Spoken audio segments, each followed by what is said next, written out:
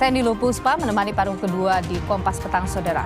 Partai Bulan Bintang terang-terangan meminang putra sulung Presiden Joko Widodo Gibran Raka Buming Raka sebagai bakal cawapres pendamping Prabowo Subianto di Pilpres 2024. Gibran jadi nama yang didorong PBB selain ketua umumnya Yusril Iza Mahendra.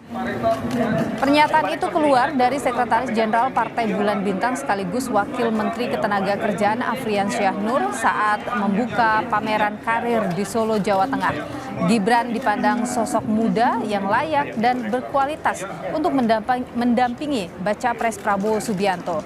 Afrian Syah bahkan mendorong Gibran untuk tidak takut keluar dari partainya PDIP karena ini demi kepentingan bangsa dan negara. Meski demikian, Mahkamah Konstitusi belum memutus gugatan uji batas usia minimal cawapres 40 tahun. Sedangkan Gibran saat ini masih berusia 35 tahun. Ada yang mengatakan, oh masih muda. Justru anak-anak muda ini punya potensi dan belum punya banyak masalah. Belum ada masalah. Tapi kalau yang lain-lain punya rekam jejak yang punya masalah banyak. Itu makanya saya pilih Mas Gibran untuk menjadi wali kota yang menjadi pendamping Pak Prabowo sebagai wakil presiden. Jadi tidak ada tawar-menawar lagi, kami akan menyodorkan Mas Gibran sebagai alternatif calon wakil presidennya Pak Prabowo Subianto. Ya, semua saya kader PBB. Kalau ada yang meminta saya jadi wakil presiden dari partai lain, saya keluar untuk negara dan bangsa. Kenapa harus takut? Tidak boleh takut, selagi untuk kepentingan negara. Meski terang-terangan dipinang, Sekjen Partai Bulan Bintang Afrian Syah Nur untuk menjadi pendamping Prabowo Subianto di Pilpres 2024, Gibran Raka Buming Raka enggan panjang-panjang merespons. Menurut Wali Kota Solo yang juga putra sulung Presiden Joko Widodo ini tidak sopan jika menjawab isu tersebut di jam kerja. Gibran juga bilang tidak bisa sembarangan keluar dari partai yang selama ini menaunginya. Bukan Pak Wamen yang sekaligus eksekutif. Saya tidak akan menanggapi itu ya. Apalagi menanggapi itu di jam kerja itu enggak sopan gitu ya. Kalau revitalisasi nggak bisa kayak gitu. Asal-asal keluar gitu. Putra sulung Jokowi, Gibran Raka Buming Raka kembali digoda oleh pendukung Prabowo untuk menjadi bacawa pres. Meski Mahkamah Konstitusi belum memutus soal gugatan uji batas usia minimal capres-cawapres, kali ini saudara kita akan perbincangkan hal ini bersama dengan Partai PBB, Wakil Ketua Umum PBB yakni Fuad Zakaria, ini yang akan tentu masih saat ini belum bergabung dengan kami. Kemudian juga ada politisi PDI Perjuangan Masinton Pasaribu dan juga ada Direktur Eksekutif Carta Politika Yunarto Wijaya. Selamat sore Bapak-bapak, sehat selalu. Selamat sore Mbak Nilu. Mbak Nilu, Mas Yunarto, Mbak Masinton. Saya ingin ke PDIP dulu ini Bang Masinton. Bagaimana merespon ini bukan kali pertama ya nama Gibran ini kemudian disanding-sandingkan dengan Prabowo Subianto. Ya, pertama begini, aturan hukum positif kita dalam undang-undang tentang syarat calon presiden dan calon wakil presiden itu masih 40 tahun. Nah, tentu ya kita kemarin juga pemerintah melalui Pak Menko Polhukam, Prof Mahfud sudah menyampaikan tentang mana yang menjadi kewenangan konstitusional Mahkamah Konstitusi sebagai garda terdepan menjaga konstitusi kita. Nah, tentu terkait hal-hal teknis sebagai open legal policy ya, sebagai kewenangan pembentuk undang-undang, menurut saya MK nggak usah masuk terlalu jauh ke ranah itu. MK harus konsisten menjaga perundang-undangan kita terkait hak-hak mendasar atau hal-hal mendasar tentang prinsip-prinsip dasar kita bernegara dan berbangsa. Umpama terkait tentang sumber daya alam, terkait tentang pemenuhan kebutuhan dasar masyarakat, dan terkait tentang prinsip-prinsip kemajemukan dalam kebangsaan kita. Nah, tugas Mahkamah Konstitusi itu di situ. Hal-hal teknis tidak perlu masuk ke ranah-ranah yang sifatnya teknis, dan itu merupakan bagian dari desain dan kewenangan pembentuk undang-undang. Oke, Bang Masinton begini, seandainya ini misalnya saja ternyata MK memutus 35 tahun, bagaimana PDIP melihat itu? Misalnya saja akhirnya Gibran dilamar untuk ke sebelah? Pertama begini, kita kan mengacu pada perundang-undangan yang ada dulu, tidak berandai-andai. Saya tidak mau dalam pengandaian-pengandaian. Nah kemudian terkait partai politik seperti yang kemarin disampaikan, meskipun itu bukan di ranahnya, Mas Gibran sudah sangat cerdas beliau menjawab bahwa bukan di forum itu. Meskipun ada godaan-godaan yang menurut saya itu juga tidak etis gitu ya, apalagi itu disampaikan teman dari partai politik yang kebetulan tugas sebagai wakil menteri di sana, mengajak dengan alasan keluar dari PDI, itu nggak etis lah gitu ya, sebagai partai politik gitu. Ngomong aja sesama partai politik, nggak usah mengambil momen-momen. Tapi ada apa sih Bang Masinton kok digoda terus ini semua anak presiden, dari mulai Kaesang yang kemarin jadi ketum PSI? Ya kita yang nggak tahu, tanya penggodanya, ya tanya kita dong. Oke, saya ingin ke Bung Yunarto kalau gitu. Bung Toto, kalau Anda sendiri melihat ada apa sih ini dengan keluarga presiden ini? Pertama tadi yang menarik jawaban Mas Gibran dulu ya. Kalau saya membaca ada ketidaknyamanan dari jawaban Mas Gibran. Mas Gibran mengatakan nggak etis, saya jawab di jam kerja. Dan tadi ucapan itu keluar pada saat kunjungan kerjanya Bang Afri Nur sebagai wamen di jam kerja. Jadi saya meyakini tadi Mas Gibran, ya spekulasi saya ya, sedang menyindir bahwa beliau tidak nyaman dengan statement tersebut yang dilakukan dalam konteks kunker sebagai wamen dan di jam kerja. Itu yang pertama. Yang kedua, kalau masuk dalam pertanyaan mengenai godaan-godaan ini, ya saya pikir ini biasa ya. Dulu kalau kita ingat juga Pak Harto di tahun 90-an mulai banyak yang mendorong Mbak Tutut misalnya menjadi presiden. Sampai kemudian 97 Pak Harto memajukan Mbak Tutut menjadi Menteri Sosial. Tapi kita tahu juga setelah itu kemudian kritik sangat keras dalam konteks demokrasi dan kemudian malah membangun legasi yang jelek kepada Pak Harto sendiri. Catatan kritisnya menurut saya adalah jangan sampai kemudian ini ditafsirkan oleh sebagian pihak ada upaya-upaya yang malah seakan-akan merendahkan nilai-nilai pencapaian dari Jokowi. Katakanlah orang puas dengan kinerja Jokowi, termasuk stakeholder para elit-elit pendukungnya atau elit-elit yang dekat dengan dirinya. Harusnya kan ini diterjemahkan menjadi kemudian bagaimana merumuskan bersama kepemimpinan nasional ke depan terkait dengan program-program mana yang harus diteruskan. Kalau yang kemudian terjadi adalah menerjemahkan anaknya yang harus maju, itu menurut saya seperti sebuah upaya merendahkan Pak Jokowi. Dan itu yang menyebabkan menurut saya kontroversi mengenai politik dinasti, kritik terhadap Pak Jokowi terkait politik dinasti mulai muncul. Itu yang saya anggap sebagai hal-hal yang sepertinya malah menjerumuskan Jokowi. Ketika ada upaya menempelkan dirinya, partainya dengan keluarga Pak Jokowi, kan kritiknya itu kan bukan ke mereka, kepada Pak Jokowi. Mereka hanya akan mendapatkan limpahan elektoral bernama efek ekor jas. Itu yang pernah kita pelajari dalam sejarah kepemimpinan, termasuk ketika Pak Harto dengan legasi yang sangat baik dalam konteks pembangunan, tapi kemudian kita tahu kritik terhadap dirinya dalam konteks demokrasi menjadi sangat keras jelang berakhir masa jabatan di tahun 90-an terakhir. Saat ini sudah bergabung juga Wakil Ketua Umum Partai Bulan Bintang, Pak Fuad Zakaria. Pak Fuad, selamat petang. Pak Fuad, sudah dengar suara kami di studio? Sepertinya masih termute ya Pak Fuad ya. Boleh di-unmute dulu. Oke Mbak. Baik, Pak Fuad sudah dengar ya suara jelas dari studio ya Pak? Jelas. Baik, jelas. Pak Fuad, ada nama Gibran didorong, kemudian juga nama Yusril Iza Mahendra. Kenapa sih Gibran ini yang disebut, apa yang mau didapat di sini? Jadi yang pertama tentu saya bicara Profesor Yusril Iza Mahendra, ya kebetulan memang ketum kami. Ya kalau memang kita lihat ya artinya tidak salah lah bahwa calon ini kalau jika cawapres kita tahu beliau kan mumpuni seorang tokoh, apalagi pakar hukum tata negara, barangkali bisa merapikan menata negara ini kembali seperti seharusnya kan seperti itu. Dan dengan pengalaman beliau 2 kali jadi menteri, juga memang tokoh politik juga gitu. Oke. Itu yang kita rasakan walaupun kita tahu memang PBB ini yang masalahnya memang tidak punya suara. Oke.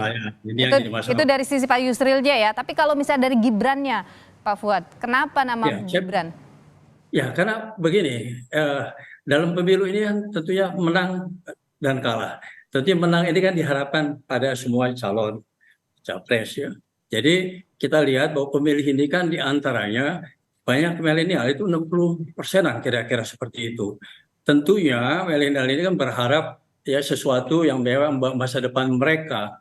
Nah, Gibran ini kebetulan salah satu diantaranya yang memang hari ini eksis di pemerintahan, di partai politik juga kita tahu itu, dan beliau hari ini jadi wali kota. Kita lihat semua berjalan dengan baik, cukup mumpuni lah ya di situ. Dan lalu kalau kita lihat juga track record beliau ini dan yang selama ini mungkin belum ada hal yang negatif, jadi cukup bersih lah kalau kita lihat. Dan tentunya ini harapan bagi milenial ya, sama mereka dan penuh harapan. Dan rasanya ini kalau memang terjadi, ini sangat mungkin melihat suara yang cukup banyak. Jadi itu salah satu faktor. Dan partai ini kan bagaimana caranya menang, baru kemudian bagaimana menata negara ini kan kira-kira seperti itu. Tapi Pak Fuad, banyak anggapan kemudian menilai bahwa statement ini muncul untuk agar PBB bisa dapat efek ekor jas begitu. Bagaimana? Itu sih boleh aja ya, penilaian orang masing-masing kan kita punya strategi masing-masing. Tapi intinya memang kita ada di kubu Pak Prabowo ini, bagaimana beliau ini menang. Untuk menang yaitu dalam beberapa macam strategi dijalankan. Kenapa Gibran? Karena kita tahu milenial ini 60% lebih. Dan itu yang kita perlu suara itu untuk menang. Setelah menang baru kita langsung menata negara dengan baik, kira-kira itu. Tapi tidak bisa dipungkiri juga ya kalau misalnya bawa nama Presiden Jokowi, anaknya begitu ya efek elektoral bisa didapat juga oleh PBB gitu ya Pak Fuad ya. Ya itu sih udah otomatis kali ya. Ya itu kan umum lah, itu hal yang biasa.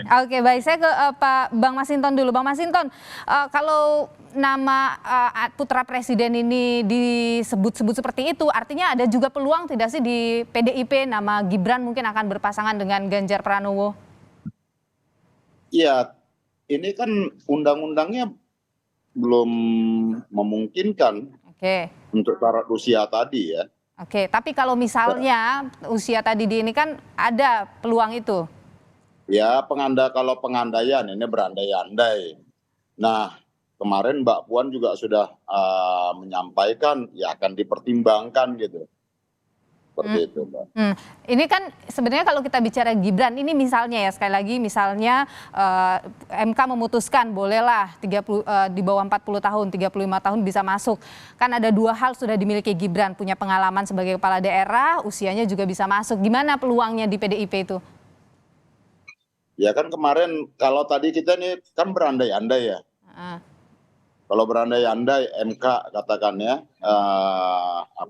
MK memutus lain yang tadi ya seperti yang saya bilang tadi itu MK berpandangan bahwa itu bukan open legal policy umpama begitu. Ini berandai-andai. Lagi-lagi kita berandai. Nggak menarik sebenarnya membahas perandaian. Dan kemudian Mbak Puan kan juga sudah menyampaikan sebagai ketua DPP Partai PD Perjuangan, boleh menyampaikan nanti akan dipertimbangkan gitu. Berarti akan dipertimbangkan, ya berarti akan dibahas. Kan begitu Mbak ya? Oke, baik. Bung Yunarto, Bung Toto, kalau Anda melihat bagaimana ada usulan soal klausul kepala daerah, pengalaman sebagai kepala daerah itu yang diusulkan. Anda sendiri bagaimana melihat itu? Ya, pertama kalau kita lihat jelas sudah ada statement dari Prof. Mahfud, dari Pak Jimli Asyidik yang pernah dua-duanya menjadi bagian dari MK, mengepalai MK. Jelas itu disebutkan bahwa ini open legal policy. Dan kita tahu selain tafsir hukum tersebut, kalau ingin berbicara desain sistem tata negara ke depan yang memberikan ruang lebih besar kepada anak muda dalam pimpinan nasional, berlakukan ini di tahun 2029. Oke. Sehingga nuansa konflik of interest tidak kemudian tertuju pada Mas Gibran. Kasihan loh ini Mas Gibran, kemudian menjadi tertuduh utama seakan-akan punya ambisi atau ayahnya malah yang tertuduh. Padahal kalau kita dengar statement-statement ini dari sekeliling entah itu partai elit-elit yang ingin nebeng tadi, fakta elektoral atau efek ekor jas tadi, politik dinasti itu dalam sejarah akan kemudian tercatat pada keluarga Jokowi dan Pak Jokowi. Bukan kepada sekeliling yang ingin nebeng tadi. Itu pernah terjadi pada zaman Pak Harto gitu kan. Itu yang saya pikir ketika kemudian tadi bicara mengenai Gibran anak muda, milenial, lalu kemudian bonus demografi. Ada Eri Cahyadi, ada Bima Arya Sugiarto, ada puluhan dan ratusan kepala daerah yang pernah berhasil dan mungkin masih memimpin. Jangan kemudian kita sempitkan dalam konteks regenerasi ketika anak presiden dia punya nilai lebih. Itu yang kita kritik dalam proses pengangkatan Kaisang secara instan di PSI dan juga upaya mendorong-dorong Mas Gibran. Ingat juga loh bagaimana kemudian keberadaan dari ipar Pak Jokowi sebagai ketua MK. Yang kasihan adalah Pak Jokowi juga dan keluarga Pak Jokowi yang akan menjadi tertuduh oleh orang-orang yang menjadi tidak salah kalau kemudian berspekulasi mengenai hal-hal terkait dengan politik dinasti. Jadi kalau kita ingin berbicara mengenai desain dari undang-undang pemilu yang memberikan ruang gerak lebih, putuskan sesuai dengan positioning sebagaimana mestinya. Revisi ulang itu di DPR. Oke. Katakanlah kalau kemudian ingin diputuskan bersama-sama di DPR terkait dengan usia yang harus diturunkan, berlakukanlah itu tidak dalam kondisi ketika orang melihat ada potensi konflik of interest. Oke, baik. Itu yang menurut saya harusnya dilihat secara lebih utuh. Ini bukan tentang Gibran, bukan tentang koalisi Prabowo atau Ganjar atau Anies. Ini tentang kepantasan nilai-nilai demokrasi dan menjaga legasi dari Jokowi yang sudah baik. Oke, Bung Fuad, kalau kita bicara di koalisinya Pak Prabowo, ini kan sebenarnya ada nama lain yang lebih kuat ya secara elektabilitas. Ada nama Erick Thohir. Kenapa malah menyebut nama Gibran gitu? Ya, tadi sebetulnya kan di dalam kontestan ini bagaimana caranya untuk memenangkan. Kita tahu bahwa suara pemilih ini didominasi oleh milenial gitu. Oke. Pak Erick Thohir kan bukan milenial. Oke, tapi secara elektabilitas dia tinggi. Ya, itu Pak Prabowo itu bukan milenial loh. Ya, beliau itu kan udah menjalankan proses sudah lama ya. Gibran ini kan belum ini, tapi kita punya keyakinan ya dengan memang trennya bahwa milenial ini memang butuh figur-figur seperti itu. Kita punya rasa optimis ya. Oke, milenial yang lain misalnya selain Gibran gitu tidak ada ya. Milenial yang lain selain Gibran gitu tidak masuk dalam radar PBB. Betul, banyak milenial lain juga seperti Bang Yunarto tadi sebutkan ya pada daerah yang lain.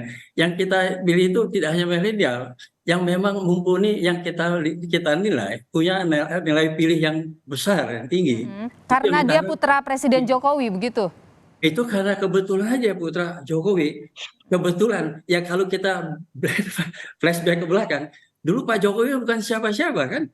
Ya, tapi memang dia punya nilai elektabilitas yang tinggi, ya punya nilai pilih yang tinggi dari masyarakat, langsung kebutuhan itu bisa jadi bukan siapa-siapa. Kalau ini kebetulan yang Pak Jokowi, saya anggap itu saya kebetulan. Oke, tapi satu hal yang lain juga kita tahu bersama Gibran ini kan PDIP begitu. Bagaimana tidakkah PBB memikirkan sisi itunya juga? Ya itu bisa kita kompromikan lah. Yang penting bahwa ini Bang Masinton bisa dikompromikan? Ya. Bang Masinton gimana bisa dikompromikan nih kadernya? Ya, artinya kalau ini memang kita lihat soal seperti itu tentunya ya beliau ini kan juga cawapres yang memang cukup menjadi pilihan. Oke. Saya ingin ke Bang Masinton dulu. Bagaimana Bang Masinton tanggapin itu? Ya, dalam politik itu segala sesuatu ya bisa dibicarakan, tapi bukan dengan cara seperti yang disampaikan oleh Sekjen PBB yang kebetulan wakil menteri tenaga kerja gitu ya, bilang mau keluar aja kira-kira begitu. Itu kan nggak etis. Nah itulah tidak etis dan tidak elok sebagai partai politik begitu. Oke. Gitu. Nah kemudian ya kalau mau tugas partai politik itu menciptakan kader. Makanya partai politik selalu ditekankan untuk melakukan kaderisasi. Gitu. Nah, PDI Perjuangan tugasnya adalah ya menjalankan fungsi-fungsi kepartaian itu, rekrutmen, kaderisasi, melakukan fungsi-fungsi agregasi dan lain-lain, dan serta edukasi, aspirasi dan lain-lain. Nah, maka tentu ini menjadi pembelajaran buat kita semua agar partai-partai politik menyiapkan kader-kadernya. Oke. Gitu. Tapi Bang Masinton, kalau misalnya ada kader yang digoda seperti misalnya dalam kasus Gibran, itu apakah ada pemanggilan begitu dari DPP misalnya? Ya enggak dong. Enggak. Kan tadi Mas Gibran udah menyampaikan dengan jelas, bahkan beliau tidak etis. Dia menyampaikan begitu tadi. Beliau itu kader, Mbak. Jadi pasti beliau juga tahu mana yang akan beliau sampaikan. Dan itu yang disampaikan oleh Mas Gibran sangat gamblang. Itu sudah jawaban yang sangat jelas ya, tidak mungkin tergoda. Kalau PBB bagaimana melihat jawaban Mas Gibran itu? Sepertinya Mas Gibran merasa tidak nyaman begitu. Halo. Pak Fuad. Ya. Gimana, Mbak? Kalau PBB bagaimana melihat reaksi respon yang muncul dari Gibran tadi? Iya. Ya, beliau kan juga artinya beliau juga kan berpikir tentang itu. Artinya memang saat ini memang kalau figur itu dibutuhkan, ya insya Allah mudah-mudahan beliau juga punya keputusan yang baik buat negara ini ya sebetulnya ya. Kalau memang dia mau turun ya, kira-kira seperti itu sih. Oke, tapi kalau misalnya tadi Bang Masinton juga menyebut soal rasanya tidak etis ketika orang masih di satu partai kemudian digoda, apalagi dengan mengatakan udah keluar aja, masuk kemudian jadi cawapres. Bagaimana tanggapan Anda itu? Ya itu ya artinya keputusan di tangan Mas Gibran sendiri ya, bahwa ya kita juga nggak melihat lah ya, banyak juga memang si A, partai B, partai C, tapi late moment lah ya. Jadi itu juga Pak Sekjen tidak berhasil seperti itu sepertinya. Jadi itu keputusan dari tangan Pak Gibran lah itu. Oke, baik. Bung Tota terakhir, memang elektoral Pak Jokowi ini besar sekali ya, sampai semua kemudian tertarik untuk mengambil putra Jokowi. Iya, pertama kalau saya malah melihat ya dari statementnya Pak Sekjen PBB Bang Afri Nur ini kayak tidak pede dengan Pak Prabowo. Karena kalimatnya Mas Gibran ini kan tokoh muda, belum banyak masalah seperti tokoh-tokoh lama, tokoh-tokoh tua yang banyak masalah. Jadi saya agak ada kesan Pak Prabowo banyak masalah sehingga harus didampingi Mas Gibran gitu yang tidak punya masalah. Itu yang pertama. Yang kedua, balik lagi, betul tingkat kepuasan publik terhadap Pak Jokowi tinggi, masih di atas 70% paling tidak, dan itu modal buat Pak Jokowi kemudian untuk legasinya diteruskan. Tapi menerjemahkan legasi diteruskan ini kan bukan dengan kemudian menerjemahkan anaknya yang harus maju. Apalagi menjerumuskan keluarga Pak Jokowi melalui sebuah proses yang kita tahu saat ini masih tidak diperbolehkan undang-undang. Dan untuk kemudian melakukan gugatan, kebetulan juga kemudian MK-nya sedang dipimpin oleh ipare Pak Jokowi. Itu yang saya sebut, jangan sampai dalam kondisi yang sudah menyulitkan Pak Jokowi, dengan sangat sensitif, kemudian malah Pak Jokowi dijerumuskan dan dijorokkan dalam situasi yang membuat beban negatif itu menjadi beban dirinya, dan kenikmatan elektoralnya dinikmati oleh orang-orang yang mendorong tadi. Baik, Bung Yunarto Wijaya, Direktur Eksekutif Carta Politika, Bung Masinton Pasaribu, politisi PDI Perjuangan, dan Pak Fuad Sagaria, Wakil Ketua Umum Partai Bulan Bintang. Terima kasih atas pandangan Anda di Kompas Petang. Sehat selalu Bapak-Bapak.